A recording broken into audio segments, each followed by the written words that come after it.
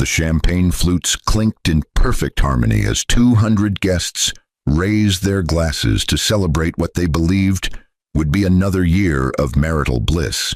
But nobody in that glittering ballroom knew that the woman standing beside her husband in a stunning emerald gown had just inherited a $1.2 trillion real estate empire from a grandfather she'd never met. Ryan Mitchell adjusted his Rolex and smiled at the crowd gathered for their 5th anniversary party, but his eyes kept drifting toward the blonde woman laughing near the dessert table, his wife's best friend, Jessica Reynolds, the woman he'd been sleeping with for 8 months. His wife, Elena Foster Mitchell, squeezed his hand and whispered something about how lucky she felt. But Ryan had already made his decision, and the divorce papers sat folded in his inner jacket pocket, waiting for the perfect moment when all their friends and family could witness what he believed would be her ultimate humiliation. The inheritance notification had arrived via encrypted email just 3 hours before the party, but Elena's phone had died that morning, leaving the message unread, leaving her completely unaware that she'd just become one of the wealthiest women in North America. Ryan cleared his throat and tapped his champagne glass with a silver spoon, calling for silence, but he had no idea that the announcement he was about to make would trigger a chain of events that would destroy everything he'd built and leave him begging for mercy from the woman he was about to publicly betray. Jessica moved closer to the stage, her red dress catching the light, her smile confident, but she too remained ignorant of the fortune that had just landed in her best friend's lap, ignorant of the fact that her betrayal would cost her more than just a friendship. The room fell silent as Ryan's voice echoed through the speakers, his words about to shatter the illusion of the perfect marriage. But Elena stood there smiling, her mind on the charitable foundation she'd planned to discuss with him later, completely unaware that her husband was about to divorce her at their own anniversary party to marry her best friend, and completely unaware that what she would do next would make him regret everything. Would Ryan have proceeded with his cruel plan if he'd known about the trillion-dollar inheritance that his wife hadn't yet discovered? Would Jessica have betrayed her best friend if she'd realized that Elena was about to become more powerful than anyone in that room could imagine? Would Elena's response to this public humiliation reveal a strength that had been hidden beneath years of trying to be the perfect wife? Would the revelation of the inheritance transform Elena from a woman scorned into an unstoppable force that would dismantle everything Ryan and Jessica had schemed to build? The crystal chandeliers cast dancing shadows across the grand ballroom of the Meridian Hotel, but Elena Foster Mitchell felt a strange hollowness in her chest that all the glittering lights couldn't fill. She'd spent 6 months planning this anniversary party, coordinating with caterers and florists, selecting the perfect vintage champagne. But something in Ryan's demeanor over the past few weeks had created a distance between them that she couldn't quite name. Her husband stood beside her in his custom-tailored Tom Ford suit, his dark hair perfectly styled, his smile practiced, but his eyes held a coldness that made her stomach twist with an anxiety she kept pushing down. The ballroom buzzed with conversations from their closest friends and family members, but Elena's mind drifted to the morning her phone had died, just as she was rushing out to finalize the party arrangements. She'd forgotten to charge it the night before, too exhausted from a double shift at the community center where she volunteered, too tired from the stress of trying to be everything Ryan seemed to need her to be. The device now sat in her clutch, still dead, still silent, but on its dormant screen waited a message that would change everything. An encrypted email from Rothschild and Associates, international estate attorneys, informing her that her maternal grandfather, Nathaniel Beaumont, a reclusive real estate magnate she'd never met, had passed away and named her the sole heir to his $1.2 trillion empire spanning properties across 47 countries. Elena had grown up believing her mother's family had disowned them, But the truth was more complicated. Her mother, Catherine Beaumont, had fallen in love with Elena's father, a struggling artist named David Foster, and Nathaniel had given Catherine an ultimatum: leave David or be cut off from the family fortune. Catherine had chosen love, but she'd died when Elena was only 7, leaving her father to raise her alone in a modest apartment in Queens.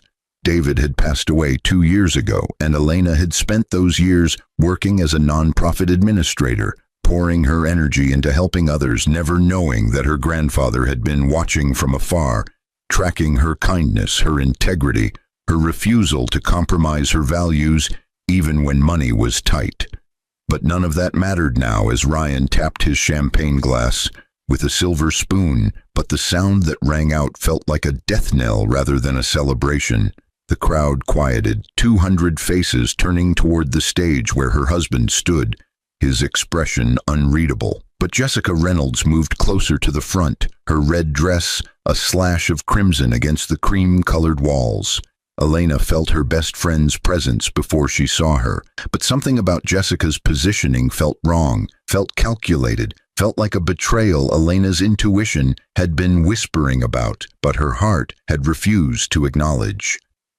"Thank you all for coming tonight," Ryan's voice boomed through the speakers, his tone confident, almost triumphant, but Elena noticed he hadn't looked at her once since stepping up to the microphone.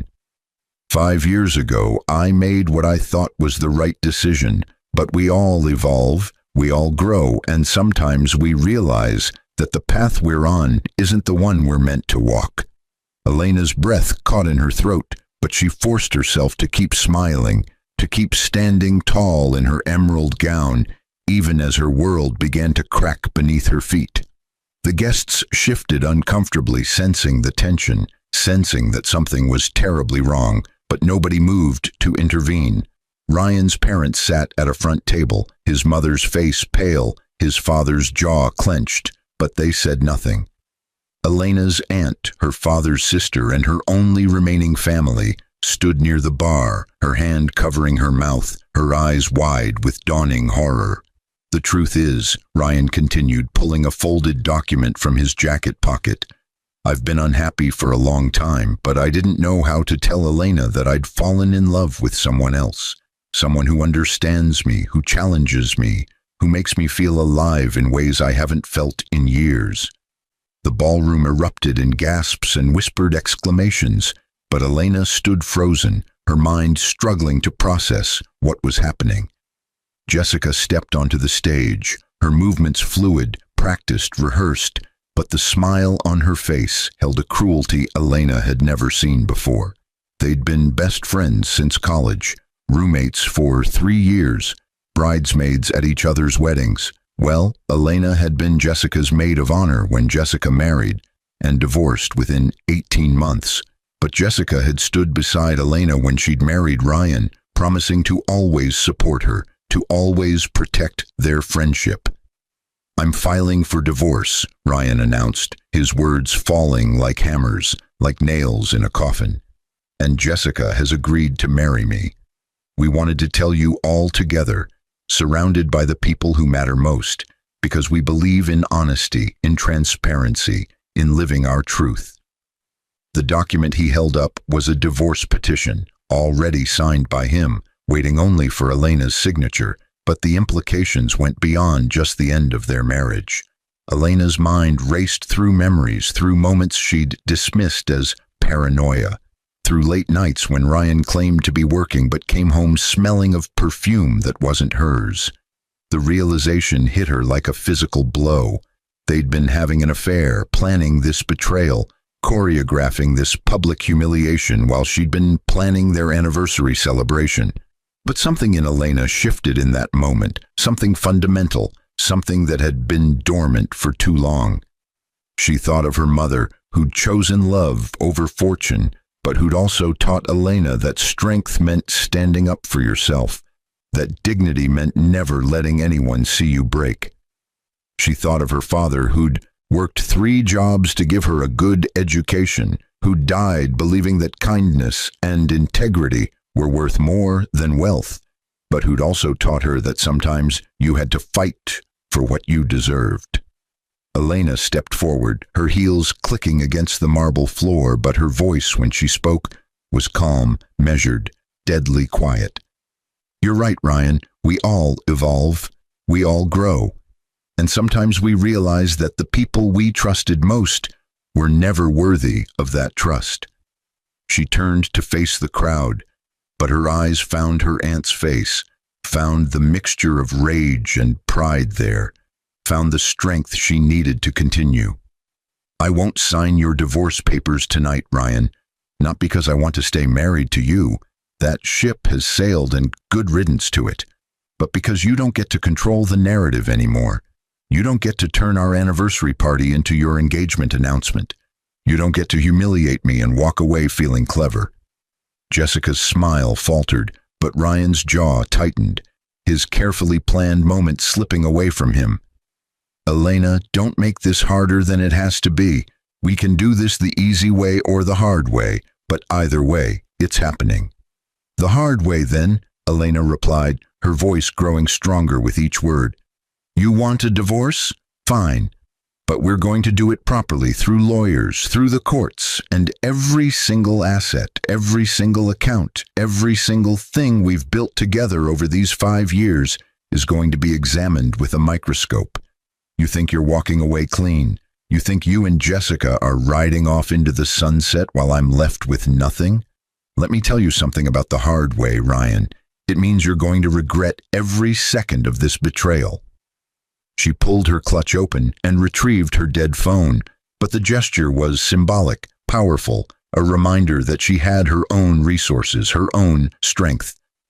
I'm leaving now. Enjoy your party. Enjoy explaining to everyone here why you thought public cruelty was an acceptable way to end a marriage. But know this, I will never, ever forgive either of you, and I will spend every ounce of energy I have making sure you both understand the consequences of your choices. Elena turned and walked toward the exit, but her aunt rushed to join her, linking arms, providing support, providing solidarity. The crowd parted before them, faces shocked, sympathetic, outraged on Elena's behalf.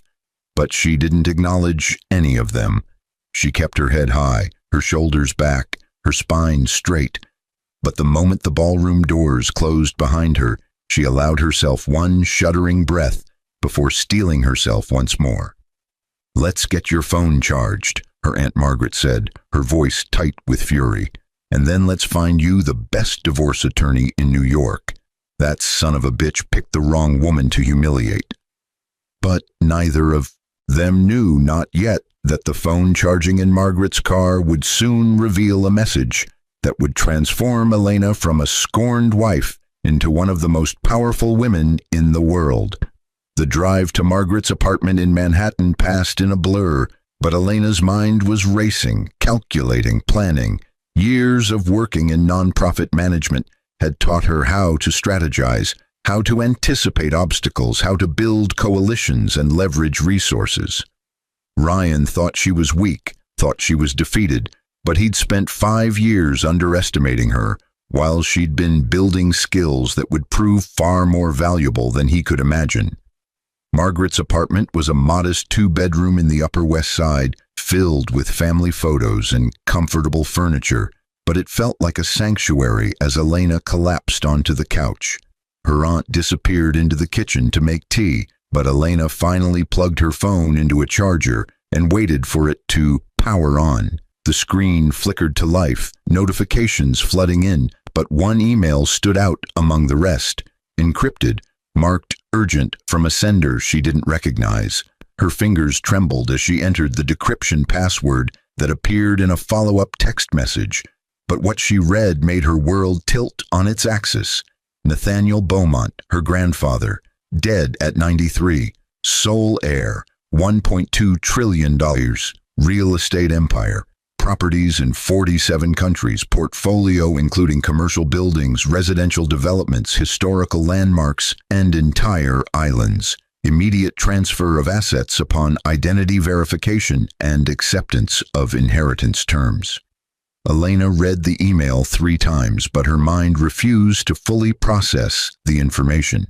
She'd grown up believing her mother's family wanted nothing to do with her, but here was evidence that her grandfather had been monitoring her life, had been impressed by her choices, had decided she was worthy of an inheritance that would make her one of the wealthiest individuals on the planet.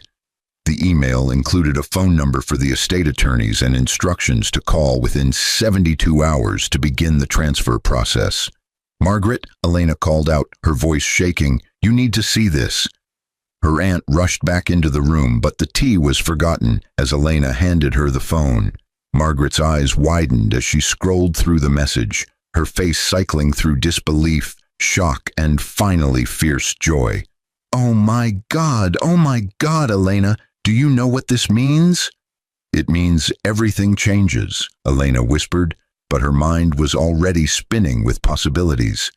"It means Ryan just divorced one of the wealthiest women in North America at our anniversary party to marry my backstabbing best friend. It means they have no idea what's coming for them." But revenge, Elena knew, wasn't about lashing out impulsively. It was about calculated justice. She thought back to her nonprofit work, to the organizations she'd helped build, to the communities she'd served. But now she had the resources to make a real difference, to create lasting change.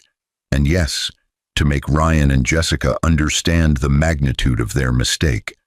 The next morning, Elena sat in the conference room of Rothschild and Associates, but the mahogany table and leather chairs felt surreal, like she'd stepped into someone else's life. Marcus Rothschild, no relation to the famous banking family, he'd explained, with a wry smile, was a distinguished man in his 60s with silver hair and sharp eyes. He'd spent 3 hours walking Elena through her grandfather's estate, but the numbers were so large they'd lost meaning somewhere around the 100 billion mark. "Your grandfather was a complicated man," Marcus explained, spreading documents across the table, "but he respected your mother's choice, even if he couldn't accept it at the time. He spent the last 30 years building this empire with you in mind, structuring it so that you'd have the resources to make whatever impact you wanted on the world. He saw how you lived, how you dedicated yourself to helping others despite having so little yourself. And he believed you'd be a better steward of this wealth than anyone else in the family." Elena learned that Nathaniel had cut off her mother's siblings, 2 uncles who'd squandered their trust funds on yachts and gambling. But he'd never stopped thinking about Catherine, never stopped regretting the ultimatum that drove her away. When Catherine died, he'd watched Elena from afar, hiring private investigators to monitor her well-being, making anonymous donations to her schools and later to the nonprofits where she worked, but always maintaining distance, always respecting Catherine's choice to leave the family behind.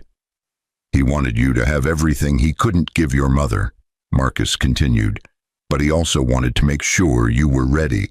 The inheritance comes with certain conditions. You must maintain the charitable foundations he established. You must keep the estate intact for at least 5 years before making any major sales, and you must use a portion of the income to continue your community work. Can you accept those terms?" "Yes," Elena said without hesitation, but her mind was already racing ahead to what came next. "But I need your help with something else. My soon-to-be ex-husband filed for divorce yesterday, and I want to make sure he doesn't get a penny of this inheritance. What are my options?" Marcus's smile was sharp, knowing, approving. "Oh, I think we can arrange something very interesting indeed. Tell me everything about your marriage, the timeline of events, and what you know about his affair." Over the next 4 hours, Elena detailed every moment of her relationship with Ryan, but Marcus and his team took careful notes, building a legal strategy that would protect her newfound wealth while ensuring that Ryan's betrayal was properly addressed. They discovered that Ryan had been moving money from their joint accounts into secret accounts he'd opened with Jessica, that he'd been planning the divorce for at least 6 months, that he'd deliberately timed the announcement for maximum humiliation. "This is textbook marital misconduct," Marcus noted, his tone satisfied. "In New York, adultery isn't grounds for financial penalty in divorce anymore, but the asset concealment and the timing of his filing, deliberately trying to hurt and humiliate you, give us significant leverage. Plus, the inheritance came to you before he filed the papers, which means it's technically a marital asset, but we can argue that it's a family inheritance that should be excluded from division. With the right judge, the right arguments, we can make sure Ryan gets exactly what he deserves, which is nothing." But Elena had already moved beyond just protecting her assets, her mind working through a larger plan. "I want to buy his company," she said suddenly, the idea crystallizing as she spoke. "Ryan owns a commercial real estate development firm. It's been struggling lately, but he's too proud to admit it. I want to acquire it, restructure it, and make sure he has to watch everything he built become part of my empire." Marcus's eyebrows rose, but respect flickered in his eyes. "Aggressive. I like it. Let me make some calls. If his company is as vulnerable as you suggest, we can probably arrange a hostile takeover within a few weeks. But Elena, are you sure you want to go this route? Revenge can be satisfying in the moment, but it can also consume you." "This isn't revenge," Elena corrected, her voice firm. "This is justice. This is showing Ryan and Jessica that actions have consequences, that you can't destroy someone and expect to walk away unscathed. And more than that, it's about building something meaningful with these resources. I'm going to transform my grandfather's empire into a force for good, but I'm also going to make sure that the people who tried to crush me understand exactly who they were dealing with." The news of Elena's inheritance remained secret for exactly 2 weeks, but during that time she moved through the world like a ghost, quietly restructuring her life, quietly building her power base. Ryan had been calling and texting constantly, demanding she sign the divorce papers, threatening legal action, but Elena's new attorneys sent him carefully worded responses that gave nothing away while keeping him off balance. Jessica had tried to reach out too, but Elena blocked her number after receiving a single text that said, "I'm sorry it happened this way, but Ryan and I deserve to be happy." The audacity of that message had made Elena's blood boil, but she channeled her rage into action. She met with business advisors, restructured the charitable foundations, began identifying properties in the portfolio that could be converted into affordable housing, started planning community centers and schools in underserved neighborhoods. The work gave her purpose, gave her direction, but it also revealed just how much power she now wielded. The transformation became public on a Thursday morning when the Wall Street Journal published a front-page article titled, "Mystery Heiress Inherits Trillion-Dollar Real Estate Empire." The story detailed Nathaniel Beaumont's death and the shocking revelation that his sole heir was a non-profit worker from Queens who'd been living in a rent-controlled apartment despite being one of the wealthiest women in the world. The article included Elena's photo, a professional headshot she'd done for the estate announcement, but it also mentioned that she was currently in the process of divorcing her husband of 5 years. Ryan's phone started ringing at 6:47 a.m., but he was still in bed with Jessica when the first call came through. His business partner, David Chen, was nearly screaming into the phone. "Tell me it's not true. Tell me your wife isn't the Beaumont heiress. Tell me you didn't file for divorce from a woman worth over $1 trillion. But Ryan had already pulled up the article on his tablet, his face draining of color as he read, his hands beginning to shake. Jessica leaned over his shoulder, but her expression shifted from confusion to horror as she processed the implications. They'd betrayed, humiliated, and divorced one of the wealthiest women in North America, but neither of them had known. Neither of them had suspected. Neither of them had imagined that the quiet, kind woman they'd dismissed as weak was actually an heiress to an empire that dwarfed anything they could have dreamed. No, Ryan whispered, scrolling through the article again, hoping he'd misread, hoping this was a nightmare. No, she didn't know. Her phone was dead. She couldn't have known when I filed. But the article answered that question too, noting that Elena had learned of her inheritance the same evening as her anniversary party, just hours after her husband had publicly announced their divorce. The timeline was clear, the implications devastating. Ryan had divorced Elena before she officially accepted the inheritance, which meant he'd forfeited any claim to the assets. But he'd also done it in the most publicly humiliating way possible, which meant Elena had every reason to destroy him. Jessica's phone buzzed with notifications, but every message was from friends and family expressing shock, dismay, and in some cases, barely concealed glee at her predicament. Her mother's text was particularly brutal. "You betrayed your best friend for a man who was married to a trillion-dollar heiress. I raised you better than this. Don't come to Sunday dinner until you've figured out how to apologize for the rest of your life."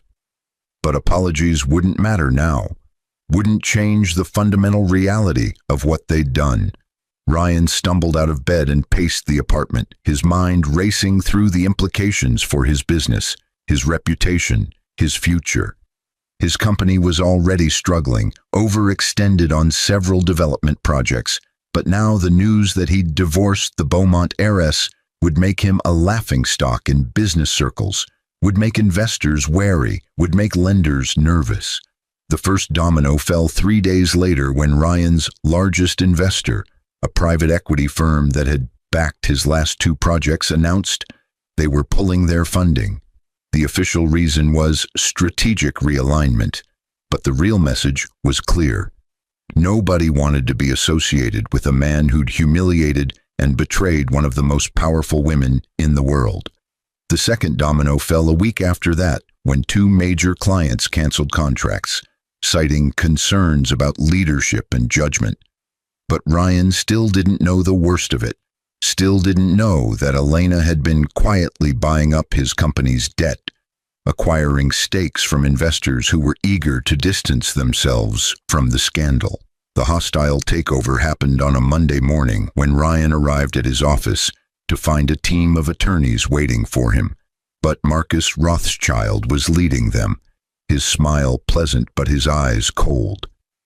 "Mr. Mitchell," Marcus said, extending a hand that Ryan didn't shake, "I'm here on behalf of my client, Elena Foster, formerly Elena Foster Mitchell. As of this morning, she owns 73% of your company's outstanding shares and controls 85% of your corporate debt. She's invoking the change of control provisions in your operating agreement and assuming the role of majority owner. Your employment is terminated effective immediately, and you have 1 hour to clear out your personal belongings." Ryan felt the floor drop out from under him, but his pride wouldn't let him show weakness. "She can't do this. I built this company from nothing. This is my life's work." "Actually," Marcus replied, his tone almost bored, "she can and she has. You signed very standard operating agreements when you took on investors, agreements that allow for exactly this scenario. Ms. Foster has already selected new leadership for the company, people with integrity, people who understand that success isn't built on betrayal, and they'll be transforming this organization into something much better than what you created." Jessica was waiting outside the building when Ryan emerged an hour later, but his box of personal items felt like a monument to his failure. She tried to take his arm, but he shook her off, his anger and humiliation needing a target. "This is your fault," he snapped, ignoring the unfairness of the statement. "If you hadn't pushed me to make the announcement at the party, if you'd just let me do it quietly, maybe none of this would have happened." But Jessica's patience was wearing thin too, her own world crumbling as friends abandoned her, as job opportunities evaporated, as her reputation became synonymous with betrayal. "My fault? You're the one who wanted to humiliate her in front of everyone. You're the one who thought it would be powerful to divorce your wife at your anniversary party. I just went along with it because I thought you knew what you were doing." Their relationship, built on deception and stolen moments, couldn't survive the pressure of consequences, couldn't withstand the harsh light of public judgment. They fought constantly over the next month, each blaming the other for their predicament. But eventually Jessica moved out, leaving Ryan alone in an apartment he could no longer afford, facing a future that looked increasingly bleak. Meanwhile, Elena had become a media sensation, but she handled her newfound fame with the same grace and intelligence she'd brought to her nonprofit work. She gave carefully selected interviews discussing her plans to use her inheritance to address housing inequality, to fund education initiatives, to support community development in underserved neighborhoods. She spoke about her grandfather's legacy and her mother's choice, weaving a narrative that was both inspiring and authentic. But she also didn't hide from the scandal of her divorce, addressing it directly in an interview with CBS News. "My ex-husband chose to divorce me in the most publicly humiliating way possible," she said, her voice steady, her gaze direct. "He did it believing I was powerless, believing I would be crushed by the experience. What he didn't understand is that my power never came from money or status. It came from my values, my integrity, my commitment to doing right by others. The inheritance didn't change who I am. It just gave me more resources to do the work I've always wanted to do." When the interviewer asked if she felt any satisfaction in Ryan's downfall, Elena paused, considering her words carefully. "I feel sad that it came to this. I feel sad that someone I loved was capable of such cruelty. But do I regret holding him accountable for his choices? Not for a second. Actions have consequences, and people who build their happiness on someone else's pain need to understand that the universe has a way of balancing the scales." The interview went viral, but Elena's combination of vulnerability and strength resonated with millions of people who'd experienced betrayal, who'd been underestimated, who'd fought to maintain their dignity in the face of humiliation. She became a symbol of resilience, but more importantly, she became a model for how to transform pain into purpose. 6 months after the anniversary party, Elena stood in front of a newly constructed community center in Queens, but the building bore her mother's name, the Catherine Beaumont Foster Center for Community Development. The facility included a library, computer labs, job training programs, child care services, and affordable housing units on the upper floors. It was the first of 50 such centers Elena planned to build across the country, but it was also a tribute to the woman who'd chosen love over fortune and taught her daughter that true wealth came from how you treated others. Ryan attended the opening, but he stood at the back of the crowd, unnoticed, unemployed, diminished. He watched Elena cut the ribbon, watched her speak about second chances and community resilience, watched her shine with a confidence he'd never seen during their marriage.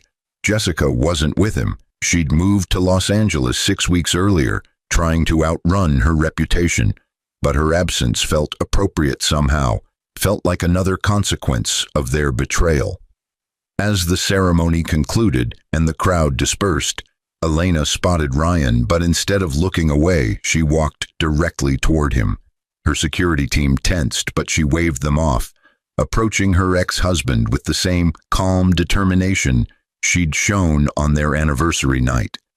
"Ryan," she said, her tone neutral, professional, but not unkind.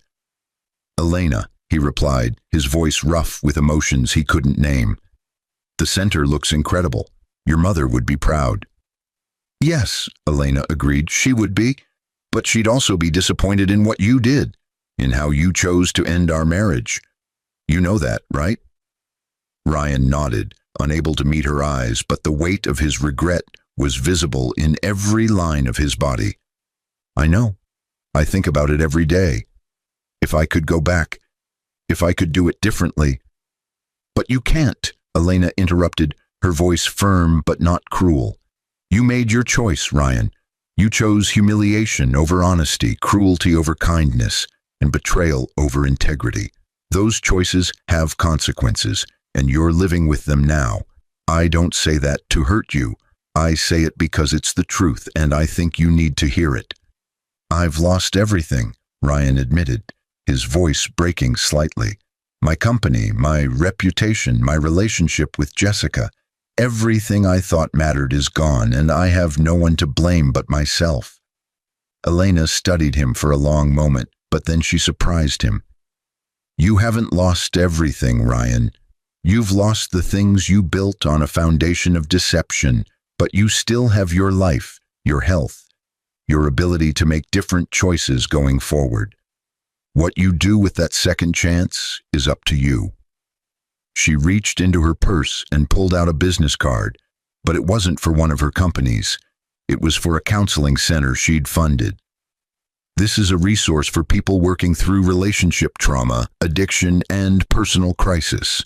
I think you should call them. Not because I want anything from you, but because I genuinely believe everyone deserves a chance to heal and grow, even people who've hurt others. Ryan took the card, but his hands were shaking, his eyes bright with unshed tears. Why would you help me after everything I did? Because, Elena said, her voice softening slightly, holding on to anger and resentment doesn't hurt you. It hurts me. And I refuse to let your betrayal turn me into a bitter person. I'm moving forward with my life, building something meaningful, but I can do that while still acknowledging your humanity. Just don't mistake my kindness for weakness, Ryan. If you ever try to hurt me again, if you ever come after me or my organizations, there won't be a second act of grace. With that, she turned and walked away. But Ryan stood there, clutching the business card, understanding for the first time the magnitude of what he'd lost. Elena wasn't just wealthy. She was strong, compassionate, visionary, everything he'd been too blind to appreciate when they were married. His public humiliation of her hadn't broken her. It had revealed her true character, forcing her to rise to a challenge she might never have faced otherwise. Over the following years, Elena's empire grew, but not in the traditional sense of accumulating more wealth for its own sake. She transformed properties into affordable housing, converted abandoned buildings into community centers, funded scholarships for students from low-income backgrounds, but she also maintained her grandfather's charitable foundations, expanding their reach and impact. She became known as a different kind of billionaire, someone who understood that extreme wealth came with extreme responsibility. Ryan eventually took her advice and sought counseling, but the process of confronting his choices, his insecurities, his need to feel powerful by diminishing others was brutal and humbling. He found work eventually, but not in real estate. He became a consultant helping people rebuild after financial crises, using his own spectacular failure as a case study in the consequences of poor judgment. It wasn't glamorous, but it was honest, and slowly, painfully, he began to rebuild something resembling integrity. Jessica never returned to New York, but she sent Elena a letter 2 years after the anniversary party. It was 15 pages long, filled with apologies, explanations, and attempts to justify the unjustifiable. But the final paragraph contained a sentence that felt genuine. I lost my best friend because I confused love with validation, because I thought taking something from you would fill the emptiness I felt inside. I was wrong about everything, and I will spend the rest of my life regretting it.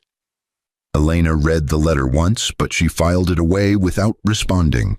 Some betrayals were too fundamental to forgive, some friendships too thoroughly destroyed to rebuild, but she could acknowledge Jessica's pain without accepting her back into her life. The grace Elena extended to Ryan at the community center opening was about her own healing, not about absolving anyone else's guilt. 5 years after inheriting her grandfather's fortune, Elena stood in the penthouse office of her headquarters building overlooking Central Park, but she felt the ghost of her mother's presence, felt the weight of choices made decades ago that had led to this moment. Catherine had chosen love over money, but Elena had been given both. Not because she'd sought wealth, but because she'd lived according to values that her grandfather had finally recognized and respected. The divorce from Ryan had been finalized 3 years earlier, but Elena barely thought about him anymore. She'd moved on completely, focusing her energy on the massive undertaking of transforming a trillion-dollar empire into a force for social change. There were setbacks and challenges, people who questioned her methods, critics who accused her of being naive, but she persisted, driven by a vision that transcended personal enrichment. Her phone buzzed with a notification, but the message was from Marcus Rothschild, now one of her most trusted advisors. Board meeting tomorrow at 10. We need to discuss the Global Housing Initiative expansion. Also, there's someone here to see you. Says it's important. Elena frowned, but told him to send the visitor up. She wasn't expecting anyone, but her security team had cleared whoever it was. So she waited by the window, watching the sun set over Manhattan, thinking about how much had changed since that terrible anniversary night. The elevator doors opened, but Elena turned to see a young woman stepping out, her face vaguely familiar, her eyes uncertain. It took Elena a moment to place her, but then recognition clicked. This was Ryan's younger sister, Melissa, whom she'd always liked during the marriage, but had lost touch with after the divorce. "Melissa," Elena said, gesturing to the seating area by the window. "This is a surprise. How have you been?" Melissa sat down carefully, but her expression was troubled, nervous, clearly building up to something difficult. "I've been okay, but I'm not here about me. I'm here about Ryan. He's in the hospital, Elena. He had a heart attack last week, and the doctors say he's going to survive. But it was serious. He asked me to tell you, but he doesn't want anything from you. He just wanted you to know." Elena felt a complicated mix of emotions, but she settled on concern rather than satisfaction. "I'm sorry to hear that. How old is Ryan? He's only 33. That's too young for a heart attack." "The doctors say it was stress-related," Melissa explained, her voice soft. "He's been working himself to exhaustion, trying to rebuild what he lost, trying to prove something to himself, or to you, or to the world. He won't slow down, won't take care of himself, but now his body has forced the issue." "I appreciate you telling me," Elena said, meaning it. "Is there anything he needs? Hospital bills covered? I can arrange—" "No," Melissa interrupted gently. "He was very specific about that. He doesn't want your money or your help. He just wanted you to know, because despite everything, you were important to him once, and he thinks you should be informed." Elena nodded, but she felt the weight of complicated history pressing down on her. "Tell him I hope he recovers fully. Tell him I mean that sincerely. And tell him that sometimes the universe sends us wake-up calls, and the smart thing is to listen."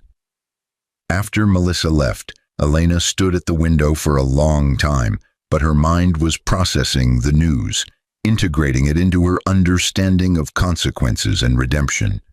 Ryan's heart attack wasn't divine punishment or karmic justice. It was the predictable result of a man driving himself too hard, unable to forgive himself, unable to accept that his past mistakes didn't have to define his entire future. She picked up her phone and called Marcus, but when he answered, she had a request that surprised even herself. "I want to fund a series of wellness centers focused on men's health, particularly stress management and cardiovascular disease prevention. Name one after my father. He died of a heart attack too, working himself to death trying to provide for me. But make sure the centers are accessible to everyone, regardless of ability to pay." "That's a beautiful idea," Marcus said warmly. "Are you thinking about Ryan?" "I'm thinking about everyone who carries so much weight they can't breathe," Elena replied. "I'm thinking about how many people destroy themselves because they can't forgive their own mistakes, can't imagine a path forward after failure. I want to create spaces where people can heal, where they can learn to be kinder to themselves. The wellness centers opened 18 months later, but they represented Elena's evolving understanding of what it meant to use power responsibly. She wasn't just building physical infrastructure. She was trying to address the deeper issues that caused suffering, that trapped people in cycles of self-destruction, that prevented healing and growth.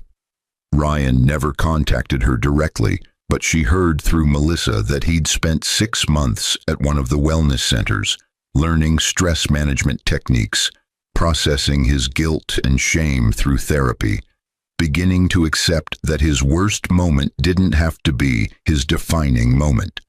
He eventually resumed his consulting work, but he did it differently, prioritizing his health and well-being, setting boundaries, refusing to repeat the patterns that had nearly killed him. Jessica remained in Los Angeles, but Elena occasionally saw her name in connection with a nonprofit focused on helping women rebuild after betrayal and relationship trauma. The irony wasn't lost on Elena. Jessica was trying to help others avoid the mistakes she'd made, but she didn't reach out, didn't comment, simply noted that everyone was finding their own path toward redemption, or at least toward meaning. 10 years after that devastating anniversary party, Elena married again, but this time to someone who'd known her both before and after the inheritance, someone who'd seen her at her lowest and her highest, someone who loved her for her character rather than her wealth. His name was James Torres, a community organizer she'd met while building one of her centers, and their wedding was a small private ceremony attended only by close friends and family. No spectacle, no performance, just genuine love and commitment.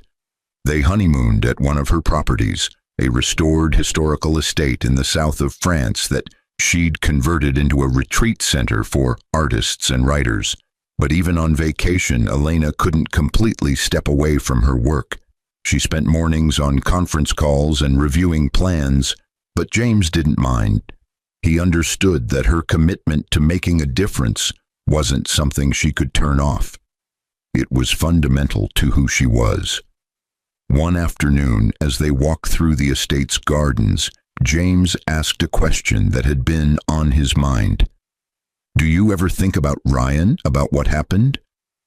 Elena considered the question carefully, but her answer came easily. "Sometimes. Usually when I'm making decisions about the organization, wondering if I'm being too aggressive or too forgiving, trying to find the balance between justice and mercy. What Ryan did taught me things about myself I might never have learned otherwise. My capacity for strength, my ability to transform pain into purpose, my understanding that power means nothing if it's not used to lift others up." "Do you think he regrets it?" James asked. "I know he does," Elena replied.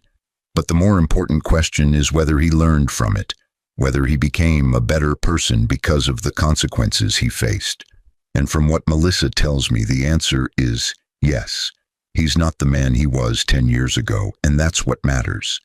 James pulled her close, but his voice was warm with affection when he spoke. "That's what I love about you. You can hold people accountable without destroying them.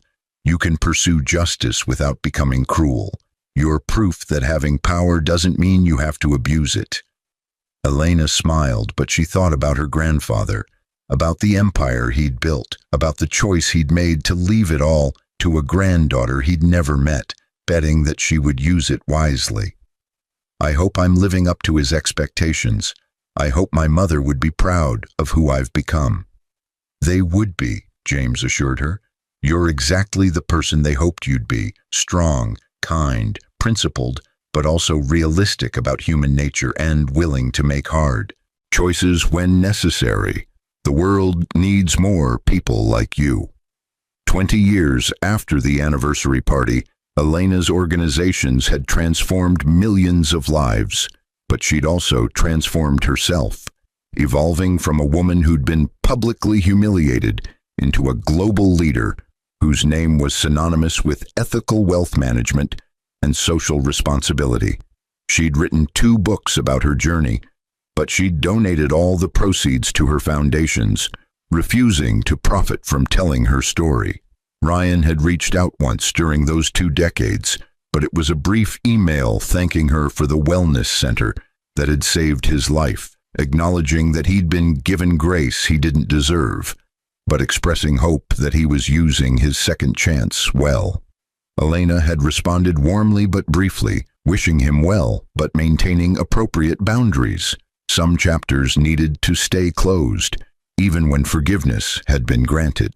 Jessica had never reached out at all, but Elena heard through mutual acquaintances that she'd built a meaningful life in Los Angeles, that she'd married someone who genuinely loved her, that she'd spent years in therapy processing her choices.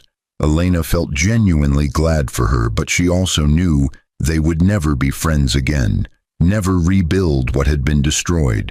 Some betrayals left scars that time couldn't fully heal. On the 20th anniversary of that terrible night, Elena returned to the grand ballroom of the Meridian Hotel, but this time she was there to receive a humanitarian award from an international development organization. The irony of the location wasn't lost on her, but she'd chosen it deliberately, wanting to reclaim the space where she'd been publicly humiliated, wanting to transform it from a site of pain into a site of triumph. As she stood at the podium accepting the award, Elena looked out at the crowd and saw faces young and old, people whose lives had been touched by her work, communities that had been transformed by her investments. But she also saw ghosts, the ghost of the woman she'd been 20 years ago, standing beside a husband who was about to betray her, completely unaware of the fortune she'd inherited, completely unprepared for the journey ahead. 20 years ago, Elena said, her voice carrying through the ballroom, I stood in this room and experienced one of the worst moments of my life. My husband divorced me at our anniversary party, publicly humiliating me in front of everyone I knew. That same night, I learned that I'd inherited a massive fortune from a grandfather I'd never met. But that inheritance came with a challenge. Could I use power wisely? Could I transform pain into purpose? Could I prove that wealth was meant to serve humanity rather than dominate it? The room was silent, but every eye was fixed on Elena as she continued. The answer to those questions is what we're celebrating tonight. Not my individual accomplishments, but the collective work of thousands of people who've dedicated themselves to building a more just, more equitable world. The man who betrayed me thought he was destroying me, but what he actually did was force me to discover strengths I didn't know I had. And in a strange way, I'm grateful for that, because without that terrible night, I might never have become the person I needed to be. She paused, but her eyes found Melissa in the crowd. Ryan's sister had become one of her foundation directors, bridging the gap between past and present, and she smiled. We all face moments when we're tested, when we have to decide who we want to be in the face of cruelty or injustice. My hope is that the work we've done together shows that choosing grace over vengeance, justice over revenge, and purpose over bitterness can create something beautiful and lasting. Thank you for being part of this journey. The applause was thunderous, but Elena felt a sense of peace settling over her, a recognition that she'd completed a circle, that she'd transformed that ballroom from a place of humiliation into a place of celebration. As she left the stage, she received countless congratulations, but her mind was already moving forward, planning the next center, the next initiative, the next way to use her resources to make the world better. That night, lying in bed beside James in their Manhattan townhouse, Elena reflected on the strange path her life had taken, but she felt grateful for all of it, the pain, the triumph, the inheritance, the work. Ryan had tried to destroy her, but instead, he'd inadvertently launched her into a destiny she might never have claimed otherwise. In trying to diminish her, he'd actually revealed just how powerful she truly was. Do you think he knows? James asked sleepily, somehow following her train of thought. Do you think Ryan understands that he gave you the greatest gift by showing you who you really were? I don't know, Elena admitted, but I hope so. I hope he's found peace with what happened, just like I have. Not because he deserves forgiveness. None of us deserve grace, we receive it anyway, but because everyone deserves the chance to become better than their worst moment. That's very generous of you, James murmured. It's not generous, Elena corrected gently. It's practical.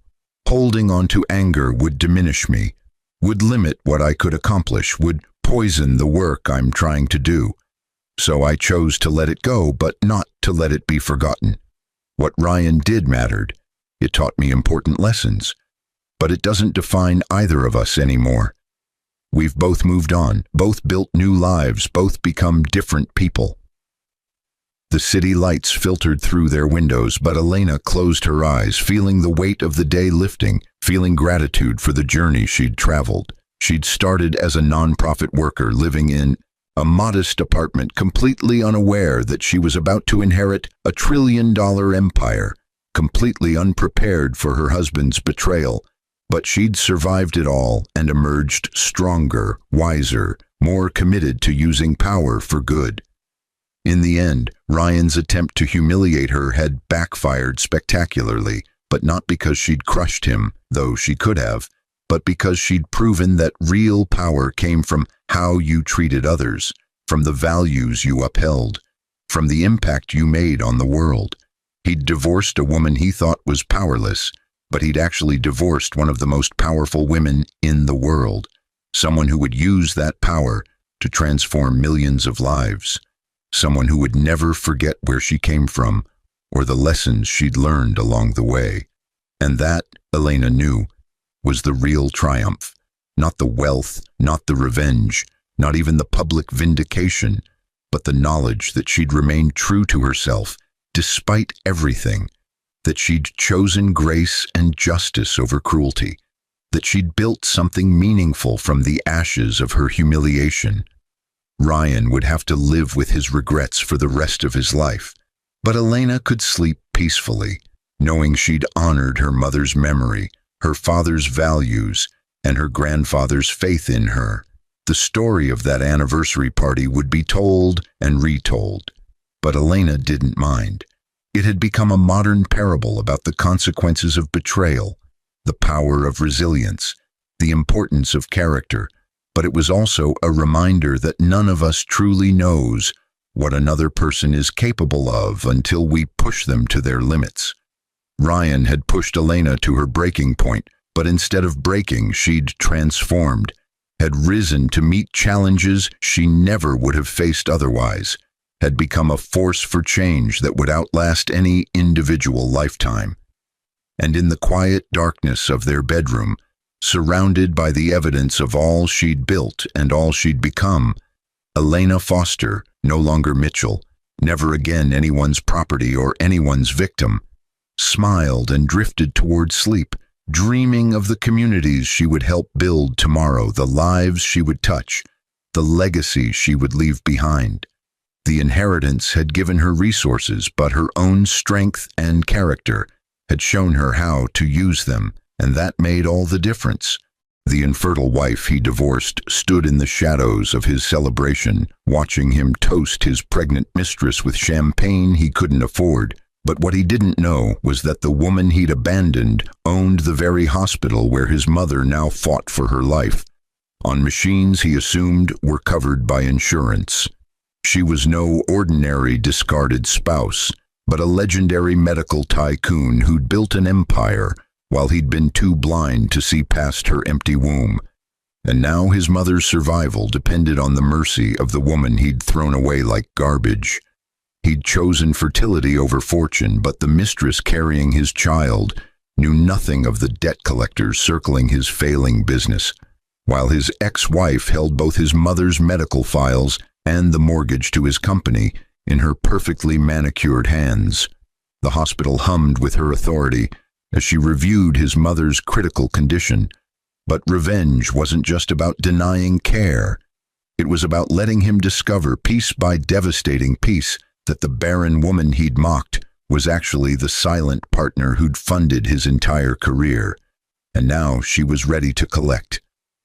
Would his pregnant mistress stand by him when the bankruptcy notices arrived?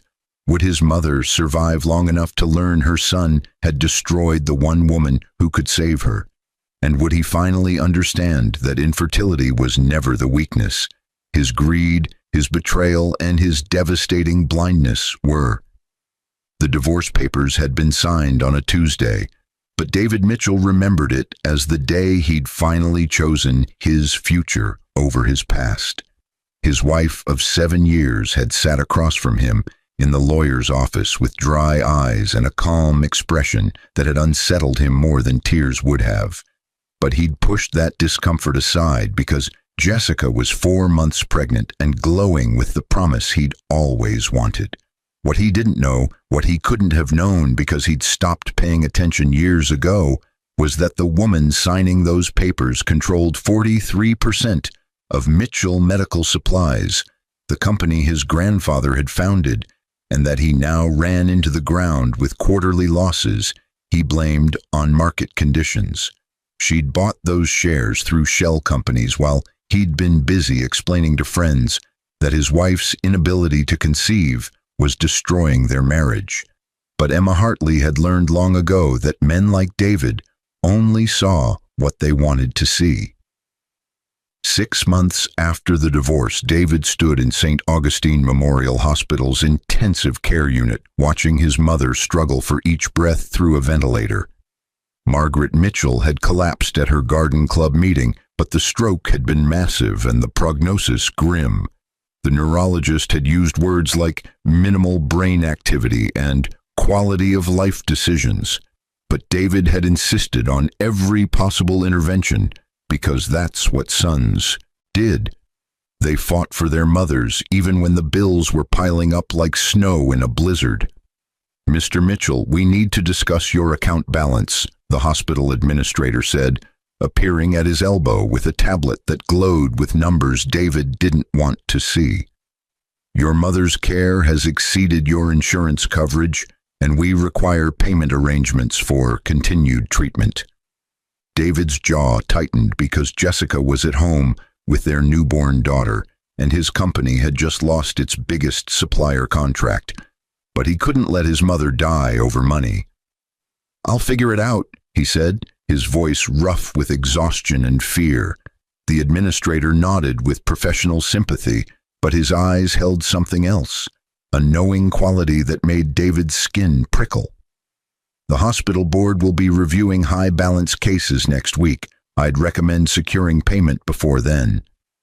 What David didn't understand was that the hospital board had only one person who mattered, and she'd been waiting for this moment since the day he'd told her that a real woman would have given me children by now. The story of Emma Hartley's rise was one David had never bothered to learn, but it had begun long before their marriage in the research labs of Johns Hopkins, where she'd developed a revolutionary drug delivery system at 23. She'd been a prodigy who saw patterns in molecular structures the way musicians heard symphonies in silence. But her professors had warned her that brilliance without connections would only take her so far in the pharmaceutical world. She'd met David at a medical supply conference where his family's company was exhibiting outdated equipment with impressive marketing. But his charm had been undeniable, the way he'd listened to her ideas about improving surgical tools, the way he'd made her feel seen in a world that often overlooked women in science. They'd married after a whirlwind courtship, but the romance had curdled the moment her first pregnancy test came back negative, then the second, then the 20th. "My mother wants grandchildren," David had said after year 3, as if Emma's body was a malfunctioning appliance. "Maybe we should see a specialist." They'd seen 17 specialists, but the diagnosis had always been the same: unexplained infertility, a medical mystery that Emma's brilliant mind couldn't solve for herself. David's resentment had grown with each failed cycle, but Emma had poured her grief into her work, patenting 3 more medical devices and licensing them through companies David never connected to his wife because she'd used her maiden name professionally. When Jessica had appeared at Mitchell Medical Supplies as a sales representative with red hair and easy laughter, Emma had seen the end coming like a diagnosis written in bold print. David's late nights at the office had multiplied, but his company's numbers had continued to decline because he'd been too distracted to notice that his new sales rep was selling nothing while costing him everything. "I'm in love with someone else," David had finally admitted, but his eyes had been defiant rather than apologetic. "Jessica's pregnant. She's giving me what you never could." Emma had felt something break inside her that wasn't her heart, but rather the last thread of mercy she'd been holding for the man she'd once believed she loved. "I hope you'll be very happy," she'd said, and she'd meant it the way a surgeon means, "This won't hurt." A comforting lie before the cutting begins. The shell companies had been easy to establish for someone with Emma's resources and intelligence, but taking control of St. Augustine Memorial had required 3 years of strategic stock purchases and board manipulation. She'd become the hospital's primary shareholder, while David had been busy playing house with Jessica and their baby. But Emma had been patient because revenge rushed was revenge wasted. "Dr. Hartley, the Mitchell file is ready for your review," her assistant said, placing a thick folder on the desk of Emma's executive office, the one on the hospital's top floor that David had walked past dozens of times without realizing who occupied it. Emma opened the file with steady hands, though her pulse quickened as she saw Margaret Mitchell's deteriorating brain scans. The older woman had been kind to her once, before David had poisoned that relationship with stories about Emma's deficiencies, but kindness didn't erase the countless family dinners where Margaret had asked pointed questions about grandchildren and sighed dramatically about her friend's lucky daughters-in-law. "The account is $473,000 in arrears," the assistant continued, "and Mr. Mitchell's company just had its credit line revoked by First National." Emma had arranged that revocation through a carefully placed phone call to a bank executive who owed her a favor, but she kept her expression neutral. "And the medical prognosis? Without continued intensive support, Mrs. Mitchell has approximately 72 hours.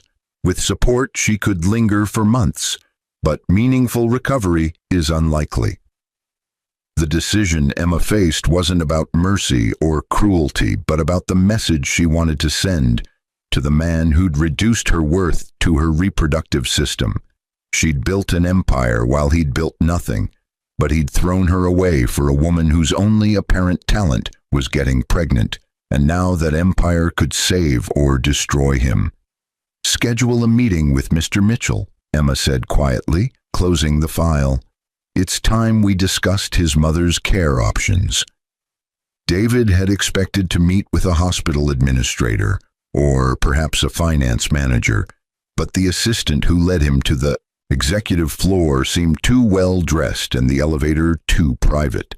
The office he entered was more penthouse than workplace, with floor-to-ceiling windows overlooking the city and artwork that probably cost more than his house. The woman behind the desk had her back to him, studying the skyline with a posture he recognized even after 2 years. But his brain refused to process what his eyes were seeing because Emma was supposed to be alone in some apartment, childless and forgotten. Not here in this tower of power and money. "Hello, David," Emma said, turning to face him with a smile that held no warmth. "I understand you're having difficulty with your mother's hospital bills."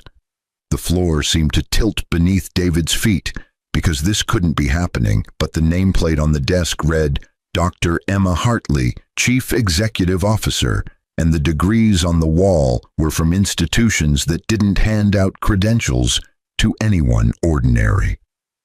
You work here?" "I own here," Emma corrected, moving to sit behind her desk with the confidence of someone who'd earned every inch of her authority. St. Augustine Memorial is my hospital, David, one of 17 healthcare facilities I control across 6 states. The words hit him like physical blows, but David's mind was racing backward through their marriage, trying to understand how he'd missed this. "You never said—" "You never asked," Emma interrupted, her voice sharp as a scalpel. "You were too busy complaining about my empty womb to notice that my patents were generating $30 million annually, or that I'd been anonymously funding your failing company for the last 5 years of our marriage." David's vision blurred because this had to be a nightmare, but Emma was pulling up documents on her computer screen, spreadsheets showing cash infusions into Mitchell Medical Supplies, all traced back to companies he now recognized as her shell corporations. She'd been saving him while he'd been betraying her, but that realization came with a horror that made him physically ill. "Why?" he managed to ask, though he wasn't sure if he meant why had she helped him, or why was she telling him now. "Because I loved you once," Emma said simply, "but that was before you decided my value as a woman was determined by my fertility rather than my mind, my work, or my devotion to a man who didn't deserve any of it." The cruelty of her words was matched only by their truth, but David's panic was rising because his mother was dying 3 floors below them, and this woman, his ex-wife, held all the power. "Emma, please, my mother needs—" "Your mother needs 24-hour intensive care that costs approximately $8,000 per day," Emma recited, pulling up another file. "Your insurance covered the first 100,000, but you're now approaching $500,000 in debt, and your company can't cover it because I've been systematically dismantling your supply contracts for the past 6 months." The confession should have shocked him, but David was beyond shock, drowning in the revelation of exactly how blind and stupid he'd been. "You're killing my business?" "Your business was already dying," Emma corrected. "I was just the one who stopped resuscitating it with anonymous loans and supplier connections. Mitchell Medical Supplies has been insolvent for 3 years, David. But you were too busy impregnating your mistress to notice that I was the only thing keeping you afloat." The flashback hit David with the force of a semi-truck, a memory he'd suppressed of Emma working late in their home office, her desk covered with files and contracts he'd never questioned. She'd told him once that she did consulting work, but he'd been watching a baseball game and hadn't cared enough to ask what kind of consulting or for whom. "You have a choice," Emma was saying, pulling him back to the present moment that felt like standing on the edge of a cliff. "You can continue your mother's care, but it will require you to sign over full ownership of Mitchell Medical Supplies to one of my acquisition companies. The transfer will clear her hospital debt, and I'll ensure she receives the best possible comfort care for her remaining time." David's throat felt like sandpaper because she was offering him a devil's bargain, his mother's final dignity in exchange for his family's legacy. "And if I refuse? Then your mother will be transferred to county care in 72 hours, and your company will be liquidated by creditors within the month anyway," Emma said, with the clinical detachment of someone discussing weather patterns rather than destroying lives. "Either way, Mitchell Medical Supplies ceases to exist. The only question is whether your mother dies comfortably in a private room or in a crowded ward where the nurses are overworked and the equipment is outdated." The trap was perfect because Emma had left him no real choice, but David's pride made him ask the question burning in his chest. "What about Jessica? What about my daughter?" Something flickered in Emma's eyes. Pain, perhaps. Or the ghost of the woman who'd once wanted children so desperately that she'd endured years of invasive treatments and monthly disappointments. "Your daughter is innocent," she said finally, "and I'm not a monster. The house is paid off. I bought the mortgage 6 months ago through another shell company, and I'll transfer it to Jessica's name. Your child will have a home, but you'll have nothing else except the knowledge that you destroyed your life by valuing the wrong things. David signed the papers 3 days later in a conference room that smelled like lemon polish and regret, but his hands shook so badly that the signature looked like a child's scrawl. Emma didn't attend the signing, sending her lawyers instead. But David felt her presence in every clause that stripped away his identity and his future. His mother died 2 weeks later, comfortable and pain-free in a private room, with round-the-clock nursing care that Emma had authorized. But David couldn't decide if that mercy made the revenge crueler or kinder. The funeral was small, but Jessica didn't attend because she'd left him the day after learning about the bankruptcy, taking their 6-month-old daughter to live with her parents in another state. "You lied to me," Jessica had said, her pretty face twisted with anger and disappointment. "You told me you were successful, but you were broke the whole time we were together. I didn't sign up to raise a baby in poverty." David had wanted to explain that Emma had orchestrated his downfall, but the words had stuck in his throat because the real truth was worse. He'd orchestrated his own destruction the moment he'd decided his wife's worth was measured in fertility rather than capability, love, or partnership. 6 months after losing everything, David worked at a medical supply warehouse loading trucks for $12 an hour, but the job was something Emma had arranged through connections he didn't understand. The manager had hired him despite his lack of references and had even advanced him money for a security deposit on a studio apartment that smelled like mildew and defeat. He'd tried to see his daughter twice, but Jessica's lawyer had filed for full custody and child support that took most of his paycheck, leaving him barely enough for ramen noodles and regret. The irony wasn't lost on him that Jessica had been so eager to give him the child Emma couldn't, but that child had become another thing he'd lost through his own arrogance and blindness. The news reached him through a forwarded email that seemed designed to maximize his pain.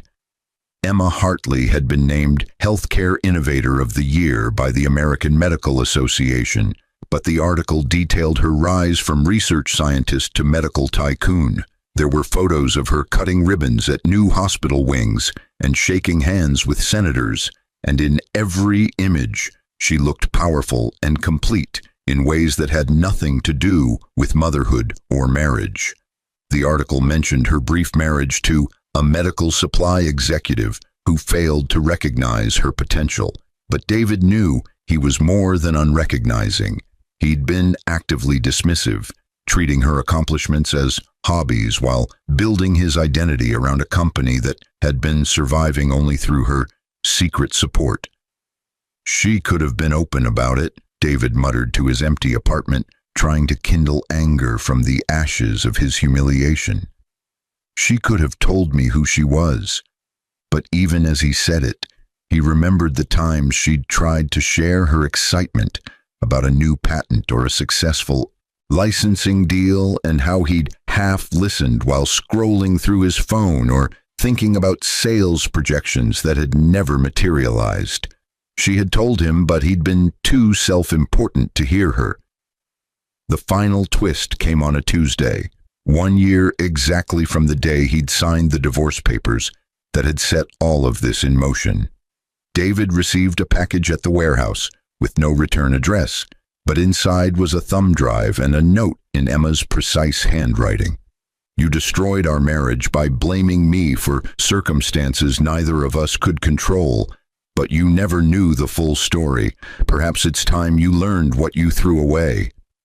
The thumb drive contained medical records that David initially didn't understand, but as he read through them on the warehouse computer during his lunch break, the horror bloomed like poison in his chest. The infertility hadn't been Emma's problem. It had been his. A childhood case of mumps that his mother had mentioned casually years ago had left him with severely compromised sperm count. But Emma had discovered this fact early in their marriage and had never told him. Instead, She'd endured years of treatments and tests and monthly disappointments, letting him blame her while she quietly sought solutions that might have worked if he'd been willing to try IVF or adoption. But David had refused those options, calling them unnatural and insisting that real men don't need science to have children. The medical records included a notation from a fertility specialist. Patient's husband shows classic narcissistic patterns and unwillingness to accept male factor diagnosis. Patient has requested we attribute infertility to unexplained causes to preserve marital harmony. Emma had protected his ego at the cost of her own reputation and emotional well-being, but he'd repaid that sacrifice by divorcing her for a woman who'd gotten pregnant almost certainly by someone else. David now realized with sick certainty. Jessica's timeline had never quite added up, but he'd been too flattered by her pregnancy to question whose child she actually carried. The package included one more item, a check for $50,000 and another note. This covers 1 year of child support for your daughter because she deserves a father who can afford to see her. Don't thank me. Use it to become someone worthy of being her father. David cashed the check with hands that felt like they belonged to someone else, but he didn't use the money the way Emma probably expected. Instead, he hired a lawyer and a private investigator, and within 3 months, he had proof that his daughter wasn't biologically his. Jessica had been sleeping with her regional manager the entire time she'd been dating David. The paternity test results freed him from child support, but also from the one thing that had given his destruction meaning, and David found himself sitting in his car outside St. Augustine Memorial, watching the lights in Emma's top-floor office and trying to understand why she'd given him money to support a child that wasn't even his. "Because she's a better person than you ever were," he said to his reflection in the rearview mirror, and for the first time in 2 years, he was completely honest with himself about what he'd lost and why. The final note came another 6 months later, delivered to his new apartment, a better place that David could afford, because he'd been promoted to warehouse manager and had been saving every penny beyond basic survival. The note contained just 3 sentences in Emma's handwriting. "I forgive you, not because you deserve it, but because carrying anger is exhausting. Live a better life than you did with me. And David, consider therapy. You need it more than you need revenge or redemption." David did get therapy, and over the course of 2 years, he slowly built something resembling a life that had value beyond status and legacy. He never saw Emma again except in occasional news articles about her expanding healthcare empire. But he kept that final note in his wallet as a reminder of the extraordinary woman he'd been too ordinary to appreciate. The brutal revenge had left him bankrupt and regretful, but Emma's final mercy had given him something he'd never expected, a chance to become someone different, someone better, someone who measured worth in character rather than fertility or finance. It wasn't the ending he'd imagined when he'd signed those divorce papers, but perhaps it was the ending he deserved. And somewhere in a hospital tower, overlooking the city, Emma Hartley continued building her empire, childless but never empty, powerful and complete in ways David was only beginning to understand that true strength required. The charity gala at St. Augustine Memorial's new pediatric wing sparkled with champagne and designer gowns, but Emma Hartley moved through the crowd with the effortless grace of someone who'd long ago stopped trying to impress anyone. At 42, she'd added 4 more hospitals to her empire and had been profiled in Forbes as one of the nation's most influential healthcare executives. But the achievement that made her smile tonight was the Children's Cancer Research Center that bore her mother's name. "Dr. Hartley, the ribbon cutting is in 10 minutes, her assistant murmured, but Emma was already moving toward the new wing's entrance where photographers had gathered like well-dressed vultures. What she didn't expect was to see David Mitchell among the crowd of donors and supporters, though he looked so different from the man she'd divorced that she almost didn't recognize him. The expensive suits were gone, replaced by a simple but well-tailored blazer, but more significantly, the arrogance that had once defined his posture had been replaced by something quieter, humility perhaps, or simply the weight of hard-earned wisdom. Their eyes met across the lobby, but Emma didn't look away because she'd stopped running from her past the moment she'd decided to weaponize it. David approached slowly, as if afraid she might summon security, but his hands were empty, except for a small envelope that looked worn from being carried too long. "I wasn't sure you'd want me here," David said, his voice lacking the confidence that had once irritated her with its unfounded certainty. "But I've been volunteering in the pediatric ward for the past year, and I wanted to see this moment." Emma's eyebrows rose slightly because this information hadn't reached her, though she made a mental note to ask her volunteer coordinator why a man named David Mitchell had slipped through without triggering the alerts she'd placed on his name years ago. "Volunteering? Reading to kids during their chemotherapy sessions," David explained, and there was something raw in his expression that suggested this wasn't performance, but genuine purpose. "My therapist suggested I find a way to give back that wasn't about my ego or my redemption, but about just showing up for people who needed someone to care." The admission was so far removed from the man Emma had married that she felt a strange vertigo, but she gestured for him to walk with her toward a quieter corner of the lobby. "And have you found redemption, I mean?" "I've found something better than redemption," David said, handing her the worn envelope.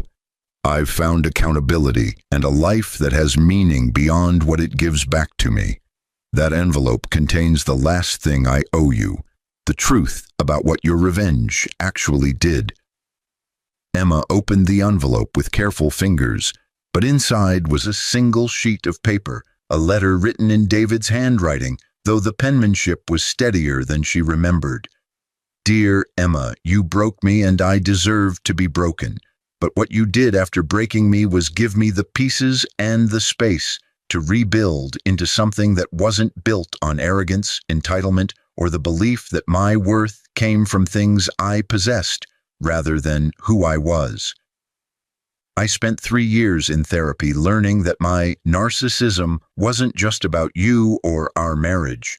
It was a pattern that destroyed everything I touched because I couldn't see value in anything that didn't reflect my own ego back at me. Jessica wasn't my victim. She was a mirror showing me that I chose relationships based on what they gave me rather than what I could give.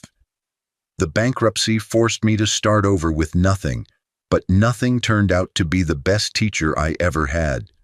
I learned to load trucks with dignity, to accept help without resentment, to measure my days in kindness rather than accomplishments. But here's the truth you never knew. Discovering that the infertility was mine, not yours, didn't just destroy my ego. It freed me from the lie I'd been living that biology determined worth. I spent years blaming you for not giving me children, but I never once asked if you wanted them for yourself, or if you wanted them because I demanded them.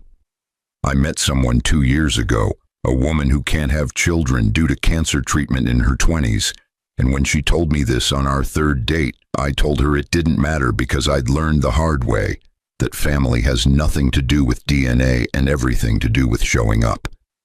We got married last month in a small ceremony, and we're fostering 2 children who needed a home more than we needed biological legacy. I'm not writing this to ask for your forgiveness, because you already gave me that, and I'm still learning to accept it. I'm writing to tell you that your revenge worked better than you probably intended. It didn't just bankrupt me financially, it bankrupted the person I was and forced me to build someone new from the ground up. You were right about everything, Emma. I was the problem. I was the broken one. and I threw away the best thing in my life because I couldn't see past my own reflection. Thank you for destroying me. It was the greatest gift you could have given, even if it took me years to understand that." Emma folded the letter carefully, but her throat felt tight with emotions she couldn't quite name. "You're fostering," she said finally, looking up at David with eyes that held something other than the cold satisfaction she'd felt 5 years ago. "2 boys, ages 6 and 8, David confirmed, pulling out his phone to show her a photo of himself with 2 smiling children at a park. Marcus has ADHD and a history of abandonment issues, and Tyler is on the autism spectrum and barely spoke when he came to us. But they're ours now, and watching my wife love them without biology mattering has taught me more about real parenthood than I learned in all my years of demanding biological children." The irony wasn't lost on Emma. David had finally become a father, but only after learning that fatherhood had nothing to do with the fertility he'd once prized above everything else. "And your wife knows? About our marriage? About what happened?" "She knows everything," David said quietly. "I don't keep secrets anymore because secrets were how I justified my worst behavior. She knows I was a terrible husband to you, that I blamed you for my own shortcomings, and that you had every right to destroy me the way you did." The ribbon cutting happened with the usual ceremony and speeches, but Emma found herself distracted by the sight of David in the pediatric ward afterward, reading Where the Wild Things Are to a small girl with no hair and eyes too old for her 7 years. His voice was gentle but engaging, and the child laughed at his monster impressions in a way that suggested this wasn't his first time visiting her. "That's Sophia," a nurse said, appearing at Emma's elbow with a chart. "She's been here for 6 months with acute lymphoblastic leukemia. Mr. Mitchell comes 3 times a week, and she always perks up when she knows he's coming. Says he's her story dad." Emma watched for a moment longer, but her mind was processing the disconnect between the man she'd married and the man reading to a dying child with no agenda except to make her smile. "How's her prognosis?" "Good, actually," the nurse said with genuine warmth. "She's responding well to treatment, and her family is optimistic about remission. But Mr. Mitchell still comes, even though he knows she'll probably recover and won't need him anymore. That's how you know it's real, when someone keeps showing up even after they're no longer needed." The observation struck Emma with unexpected force, because David had never shown up for her in the ways that mattered. But here he was, showing up for strangers with a consistency that suggested fundamental change rather than performance. They met again in the hospital cafeteria an hour later, both carrying coffee that tasted like it had been brewed sometime last week, but the awkwardness between them had softened into something approaching comfortable silence. "I don't expect anything from you," David said finally, stirring sugar into his coffee with focused concentration. "I'm not here looking for absolution or friendship or anything that would make this easier for me. I just wanted you to know that the woman you destroyed wasn't who I was supposed to be, and the man I'm becoming is grateful you cared enough to force that change." Emma studied him over the rim of her cup, searching for traces of manipulation or ulterior motive, but all she found was exhaustion mixed with quiet determination. "Do you hate me for what I did?" "I spent 2 years hating you," David admitted. "And then I spent another year hating myself for hating you when you'd only given me exactly what I deserved. But hate is just anger with nowhere to go, and my therapist helped me understand that I was angry at you for holding up a mirror I couldn't avoid. And now? Now I'm grateful," David said simply. "Not in a masochistic way, but in the way you're grateful for a surgeon who removed a tumor even though the surgery hurt like hell.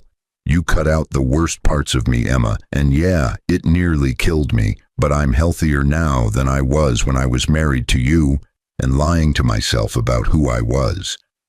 The honesty was almost painful in its directness, but Emma found herself respecting this version of David in ways she'd never respected the man she'd married. "I wanted to hurt you," she confessed, her own honesty surprising her. "I wanted you to feel every bit of pain you'd caused me, magnified and concentrated until you understood what you'd done." "Mission accomplished," David said with a slight smile that held no bitterness. "But somewhere in the revenge, you also gave me a roadmap out, even if you didn't mean to. The money for child support, the job at the warehouse, the medical records, each thing was a piece of truth I needed to face. You could have just destroyed me and walked away, but you kept leaving breadcrumbs that led me toward becoming better." Emma hadn't thought about it that way, but looking back, she could see the pattern. Each calculated move had been both punishment and potential salvation, destruction mixed with the tools for reconstruction. "Maybe I'm not as cruel as I thought I was," she said quietly. "Or maybe you're exactly as cruel as you needed to be," David countered, but with enough residual love to make sure the cruelty served a purpose beyond just causing pain. They talked for another hour, but the conversation stayed in safe territory. David's foster children and their progress, Emma's plans to expand into rural health care, the strange healing that comes from accepting that some relationships end badly, but don't have to end in permanent mutual destruction. "I should go," David said finally, checking his watch with the careful attention of someone who'd learned that being late was a form of disrespect. "I'm picking up the boys from school, and Marcus has anxiety when we're not on time." "David," Emma called as he stood to leave, surprising herself with the impulse. "The volunteer coordinator position in the pediatric wing is opening up next month. It's a paid position, and it would involve coordinating all the reading programs and family support services. If you're interested, I'll make sure your application gets a fair review." The offer hung between them like a bridge neither had expected, but David's eyes widened with something that looked like hope mixed with disbelief. "You'd hire me? After everything?" "I'd hire the person you've become," Emma corrected. "The person you were wouldn't have lasted a week in that position because it requires empathy, consistency, and the ability to show up for people who can't give you anything in return. But the man who reads to Sophia 3 times a week and fosters children who need stability, that man would be excellent at the job." "I don't deserve this," David said, but his voice cracked slightly. "Probably not," Emma agreed, "but those kids deserve someone who understands that showing up is the whole job, and you seem to have finally learned that lesson. Send me your resume, and we'll go from there." 6 months later, Emma stood in her office reviewing quarterly reports, but her attention kept drifting to the email from the pediatric wing director, praising the new volunteer coordinators, innovative programs, and genuine rapport with families. David had transformed the department with support groups for parents, extended reading hours, and a foster family mentorship program that connected current foster parents with families in crisis. "He's the best hire we've made in years," the director had written. "Completely lacks ego, shows up early, stays late, and the kids adore him. Whatever happened in his past, he's clearly learned from it." Emma saved the email in a folder she'd never admit to keeping, but seeing David succeed at something that had nothing to do with his own advancement gave her a satisfaction that felt different from the cold triumph of revenge. This was something warmer, more complex. The recognition that sometimes the best revenge isn't destruction but transformation, giving someone the tools to become better than they were, even if they'd hurt you unforgivably. Her phone buzzed with a text from an unknown number. "Thank you for the chance. I won't waste it. D." Emma typed a response, deleted it, typed another, but finally settled on something simple. "I know, that's why I gave it to you." She didn't expect friendship with David. Some wounds were too deep for that kind of healing. But she'd discovered something more valuable than friendship. The knowledge that her revenge had been powerful enough to break a man, but precise enough to leave him the pieces he needed to rebuild into something better. The legendary medical tycoon stood at her window overlooking the city, childless but surrounded by purpose, powerful but no longer driven by pain, and for the first time since signing those divorce papers 7 years ago, Emma Hartley felt something close to peace. David Mitchell had taken everything from her that biology could offer, but she'd taken everything from him that arrogance had built. And in the ashes of that mutual destruction, they'd both found versions of themselves that were somehow more complete than what they'd been together. It wasn't forgiveness exactly, but it wasn't hatred either. It was something new, the recognition that revenge, when done with surgical precision, could be both devastation and gift, ending and beginning, the closing of one story and the opening of another. And in the pediatric wing 3 floors below, David read Charlotte's Web to a room full of children who didn't care about his past mistakes, only that he showed up and made the scary hospital feel a little less frightening, which was perhaps the only redemption that mattered.